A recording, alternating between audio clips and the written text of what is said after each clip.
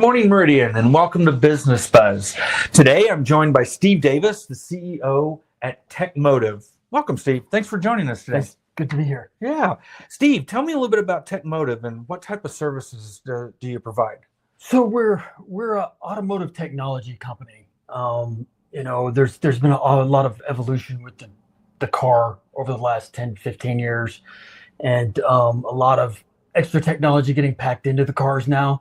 You have electric vehicles, so these things are now rolling computers. So we're mechanics, but our specialty is really the technology inside of it. That's why the name Techmotive. So kind of says it all. But we specialize in a lot of things like advanced driver assist systems, so emergency braking, things that keep your family safe. We started out and focused really on that technology piece, and now with electric cars coming into the picture and some of the changes that are coming down the pipe, this is something that there's probably not enough focus on in the aftermarket. Right now, your only real choice a lot of times is the dealer, and we're trying to create that other choice.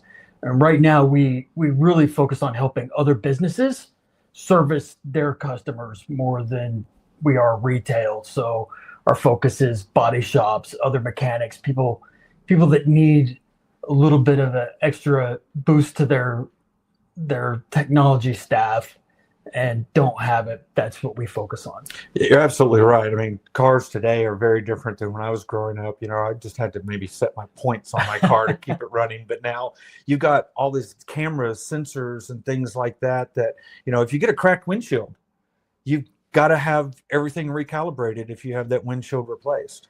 Yeah, and it's only getting, in some ways, worse, other ways better. We have seen a decline in accidents because of this technology.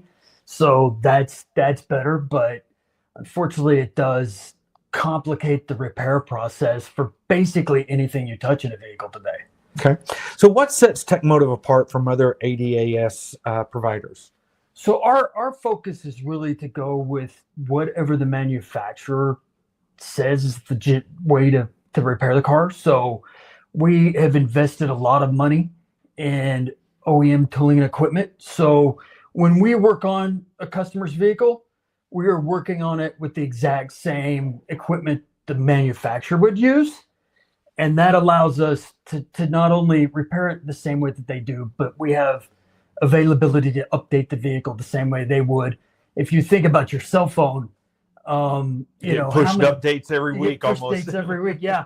But that's not the way vehicles work. So a lot of times when you're repairing a ADAS system, an advanced driver assist system, there are updates available, and those updates are safety updates. They're crucial updates. But other competitors that may be using aftermarket equipment, they don't have access to those updates. So they can maybe get the vehicle back online, but they're not getting it back online exactly the way that the manufacturer intends it to be online today. Okay. It's going to be the way it was when it was built, which may not be quite as safe as it would be if it was. So why is this so important to have those calibrations done properly? Well, obviously, because these are safety systems, and they are now very active safety systems. So whenever you have a potential collision, these things are stopping you from having that collision. They are a lot of times mitigating, even if you still have the collision, they are mitigating the severity of the collision. These are systems that they are protecting lives. And so anything that's improperly done could potentially be costing a life. Yeah.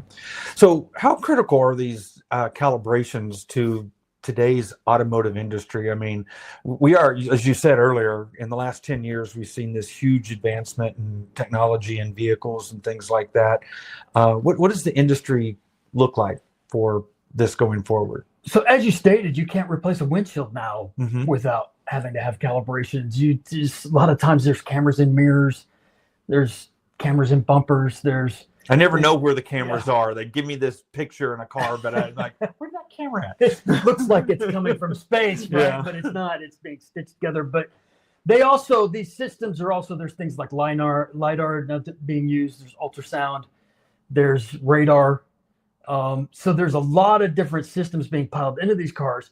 And the amazing thing is, it used to be that a sensor did a specific job, and that's all it did, and it worked by itself trying to make decisions. But now they're basically stitching together a picture for the computer using the entire array of sensors to come up with a single picture.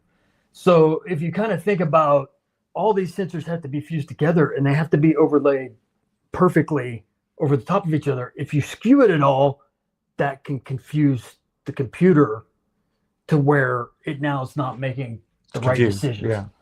So this sounds like, I mean, your company, how do you stay ahead with all the rapid evolution in this technology? I mean, you started out by saying there's mechanics, but I mean, you guys have got to be tech experts as well. So it's funny that one of my first times I changed an accountant, he looked at the amount of computers we have and he was like, "What did you say you do again?" Because we have hundreds of computers. Yeah. And so a lot of it is, so we work closely with OEM manufacturers. So, the people that are manufacturing the cars, we're talking to not just the people putting together the mechanical programs. We spend a lot of time with engineers trying to figure out not just what's here today, but what's coming down the road in the future. And, we work really close with the OEs. If they come out with a certification program, we definitely jump on that certification program right away. We have helped develop OEM certification programs for not only ADAS, but also electric vehicles, things like that. So, and, we just spend a lot of time doing a lot of reading, a lot of research, and then we roll that out to our technicians to make sure everybody's up to date. Yeah. So I was talking to one of your team members a while back, and, it's not necessarily the customer bringing the car directly to you. You're working through a lot of the body shops, the repair shops and things in the community as well. But how does someone maybe get in touch with Techmotive if they want to learn more about your services and what you can provide to their safety needs for their car? Yeah, so they can contact us through our website at techmotive.co. They can email us. They can give us a call. And we'll be more than happy to help them. And even if it's a consumer with a question that wants to make sure that their car is being repaired properly, we can help them find a proper repair facility that will do it properly. Okay, so well, excellent. Well, Steve, thank you so much for joining us today. Today's cars are an amazing thing compared to back in the 70s whenever I started driving for the first time. So they're just rolling computers. They are. They're big iPhones with wheels on them. That's all they are nowadays. Yeah, excellent. Well, thank you. And thank you for being a part of the Meridian Chamber. I appreciate it. Yeah. Thanks. Chamber members, we do have some things for you to join us in the upcoming weeks. We've got our First Friday coming up May 2nd. We also have our scholarship luncheon coming up May 6th. And immediately following that is May 8th, the annual prayer breakfast, Meridian Mayor's Prayer Breakfast. Then we've got our after hours event coming up on May 15th. Come out and join us for that networking event. And then June 4th is State of the City. And then our golf classic is June 11th. So we've got a busy schedule, plenty of opportunity for you to come out and meet other members and to connect in the community. Until then, Meridian, have a great weekend.